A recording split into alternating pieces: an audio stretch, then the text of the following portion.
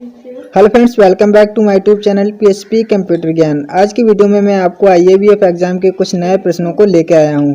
अगर आप हमारे चैनल पर पहली बार आए हैं तो प्लीज़ चैनल को सब्सक्राइब करें और भी ऐसी वीडियो पाने के लिए। तो बिना टाइम गवाए वीडियो को स्टार्ट करते हैं।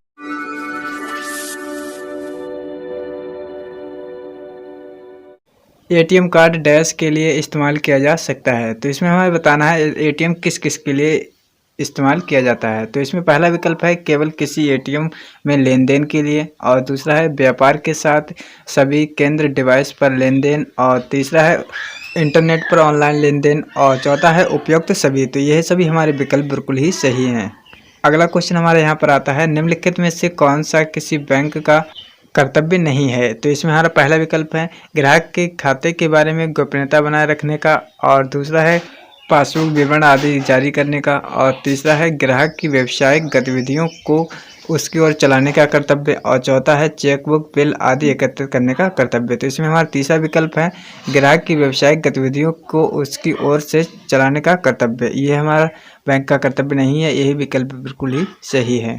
अगला क्वेश्चन हमारा, निम्नलिखित में से कौन सा व्यवहारिक परिपरिच्छेद से इरादतन चूककर्ता का संकेत है। तो इसमें हमारा पहला विकल्प है वे किसी न किसी बहाने से वसूली एजेंट के कॉल का जवाब देने से बचते हैं, और दूसरा है जब भी कहा जाता है वे वसूली एजेंट से मिलते हैं लेकिन बाजार की स्थितियों के कारण भुगतान करने में अपनी असमर्थता प्रकट करते हैं। तो इसमें तीसरा विकल्प है वे वास्तविक स्वास्थ्य कारणों का हवाला देते हुए वसूली एजेंट से नहीं मिलेंगे, फ़ोन पर मेडिकल रिकॉर्ड साझा करेंगे और बाद में मिलने का दावा करेंगे, और चौथा विकल्प है जब भी कहा जाता है वे वसूली एजेंट से मिलेंगे और भुगतान करने का वादा करेंगे। तो इसमें हमारा पहला विकल्प बिल्कुल सही है, वो किसी न किसी बहाने से वसूली एजेंट के जवाब देने से बचते हैं। हमारा अगला क्वेश्चन है, सक्रिय सुमड़ी बेसी के लिए अच्छे संप्रेषण का एक महत्वपूर्ण पहलू है। नीचे दिए गए विकल्पों में से सक्रिय सुमरण के फायदे की पहचान करें।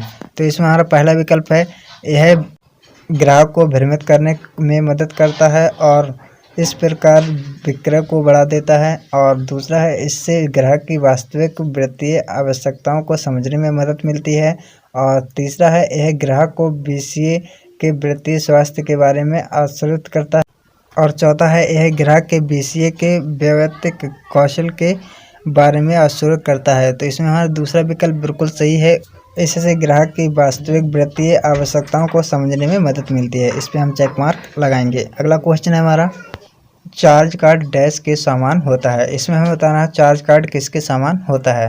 तो इसमें पहला विकल्प है मूल्य संचित कार्ड, और दूसरा है प्रीपेड कार्ड, और तीसरा है क्रेडिट कार्ड, और चौथा है डेबिट कार्ड। तो इसमें हमारा तीसरा विकल्प बिल्कुल सही है, क्रेडिट कार्ड के समान होता है। अगला क्वेश्चन है हमारा, निम्नलिखित में से कौन सा मानदंड कारोबार प्रतिनिधियों द्वारा ग्राहक सेवा केंद्र सीएसपी के लिए आवश्यक है। तो इसमें हमारा क्वेश्चन में ही विकल्प दिए हुए हैं। तो पहला विकल्प है प्रतिबद्धता, और दूसरा है सत्यनिष्ठा, और तीसरा है सामाजिक आर्थिक स्थिति। तो इसमें हमारा जो है तीनों विकल्प बिल्कुल सही हैं। तो इसमें हमारा चौथा विकल्प बिल्कुल ही सही हो जाएगा। इस पर हम चेक मार्क लगाएंगे। अगला क्वेश्चन है ब्राउन लेबल एटीएम के बारे में निम्नलिखित में से कौन सा कथन गलत है। तो इसमें हमें जो गलत कथन है वही हमें बताना है। इसमें पहला विकल्प है यह एटीएम प्रायोजक बैंक के ब्रांड और लोगों के तहत होंगे। तो इसमें हमारा दूसरा विकल्प है बैंक एटीएम मशीन का मालिक होता है और उसका संचालन करता है, उसके बिलों आदि का भुगतान करता है। तो इसमें हमारा तीसरा विकल्प एक निजी कंपनी एटीएम के लिए नकदी और संयोजकता प्रणाली प्रदान करती है। तो इसमें हमारा जो है पहला और दूसरा विकल्प बिल्कुल सही है। इस पे हम चेक मार्क लगाएंगे। अगला क्वेश्चन है, निम्नलिखित में से कौन सा किसी बैंक का कर्तव्य नहीं है। इसमें पहला विकल्प है ग्राहक के खाते में गोपनीयता बनाए रखने का कर्तव्य, और दूसरा है पासबुक विवरण आदि जारी करने का कर्तव्य, और तीसरा है ग्राहक की व्यावसायिक गतिविधियों को उसकी ओर चलाने का कर्तव्य, और चौथा है चेकबुक आदि एकत्रित करने का कर्तव्य। तो इसमें हमारा तीसरा विकल्प बिल्कुल सही हो जाएगा। इस पर हम चेक मार्क लगा देंगे। इसमें हमारा नेक्स्ट क्वेश्चन है, निम्नलिखित में से कौन सा मानदंड कारोबार प्रतिनिधि द्वारा ग्राहक सेवा केंद्र सीएसपी के लिए आवश्यक है। तो इसमें पहला विकल्प है प्रतिबद्धता, दूसरा है सत्यनिष्ठा, और तीसरा है सामाजिक आर्थिक स्थिति। तो इसमें से हमारा ये चौथा विकल्प जो है वो बिल्कुल सही है, जिसमें हमारा 1, 2 और 3 तीनों विकल्प बिल्कुल ही सही हैं। तो इस पर हम चेक मार्क लगाएंगे।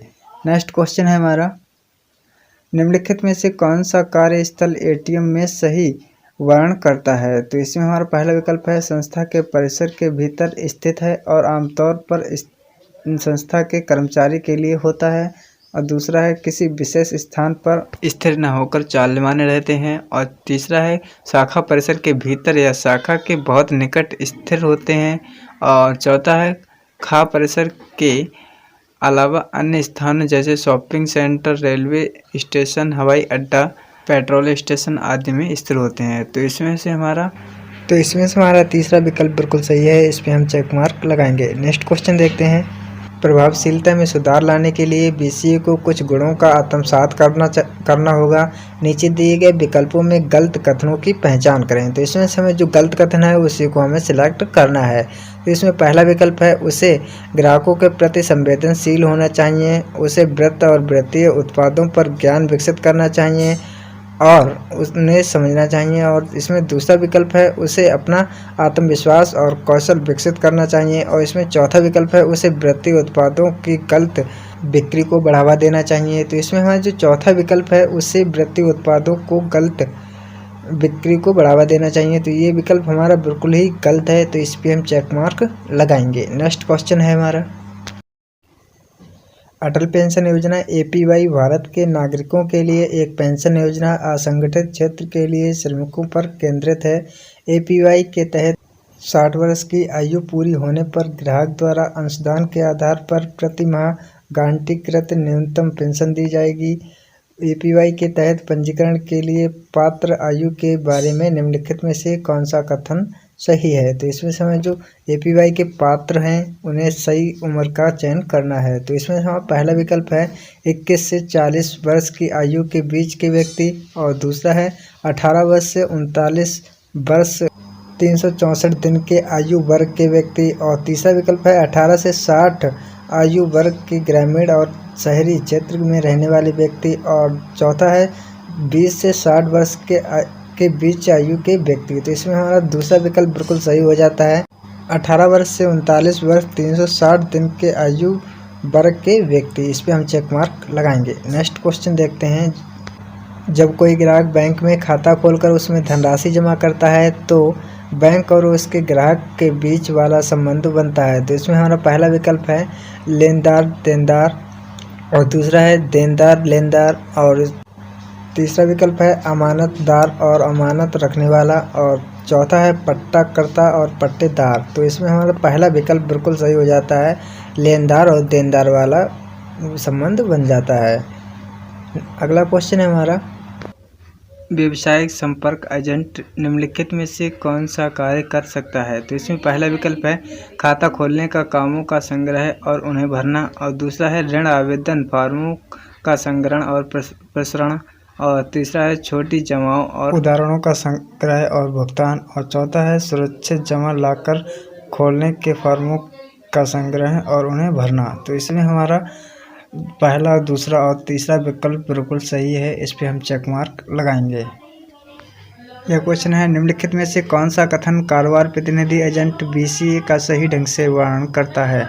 तो इसमें पहला विकल्प है बीसीए बैंक और आर्थिक रूप से वंचित लोगों के बीच एक मध्यस्थ सेतु है। तो यही विकल्प हमारा बिल्कुल ही सही है। इस पे हम चेक मार्क लगा देंगे। भारतीय रिजर्व बैंक विभिन्न भूमिकाओं और कार्यों के माध्यम से अर्थव्यवस्था में महत्वपूर्ण भूमिका निभाता है। आरबीआई की भूमिका के बारे में निम्नलिखित में से कौन सा कथन सही नहीं है?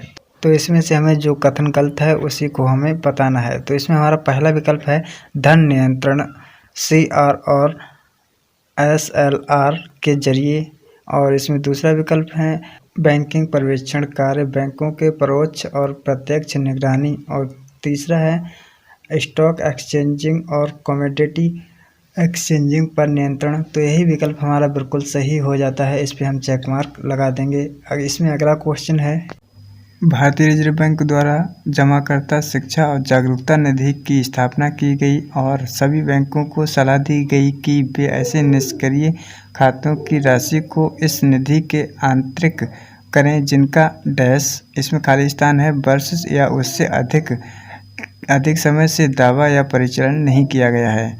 तो इसमें हमें जो खाता हमारे निष्क्रिय हैं उनको हमें कितने वर्ष से अधिक का दावा या प्रचलन नहीं किया गया है उसे हमें बताना है। तो इसमें हमारा पहला विकल्प है 5 और दूसरा है 10 और तीसरा है 15 है। तो इसमें हमारा दूसरा विकल्प बिल्कुल सही हो जाता है, जिनका 10 वर्ष या उससे अधिक समय से दावा या प्रचलन नहीं किया गया है।